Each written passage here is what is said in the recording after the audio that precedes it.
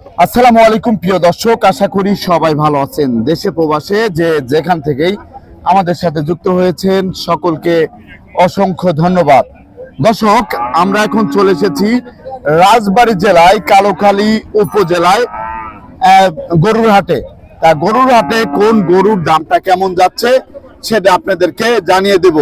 তা দর্শক, আপনারা কিন্তু দেখতে পাচ্ছেন প্রতি বুধবারে এখানে গরুর হাট লাগে।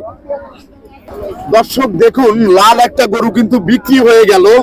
এই যে আমরা দেখতে পাচ্ছি, এই যে একটা লাল গরু, এই লাল গরুটা বিক্রি হয়ে গেছে। আসসালামু আলাইকুম। ওয়ালাইকুম আসসালাম। কাকা কেমন আছেন? আছি ভালো।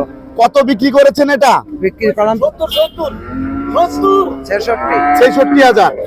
66,000 টাকা বিক্রি হয়েছে এটা। 66,000 টাকা না? 66,000 আপনি কোথা থেকে নিয়ে আসছিলেন?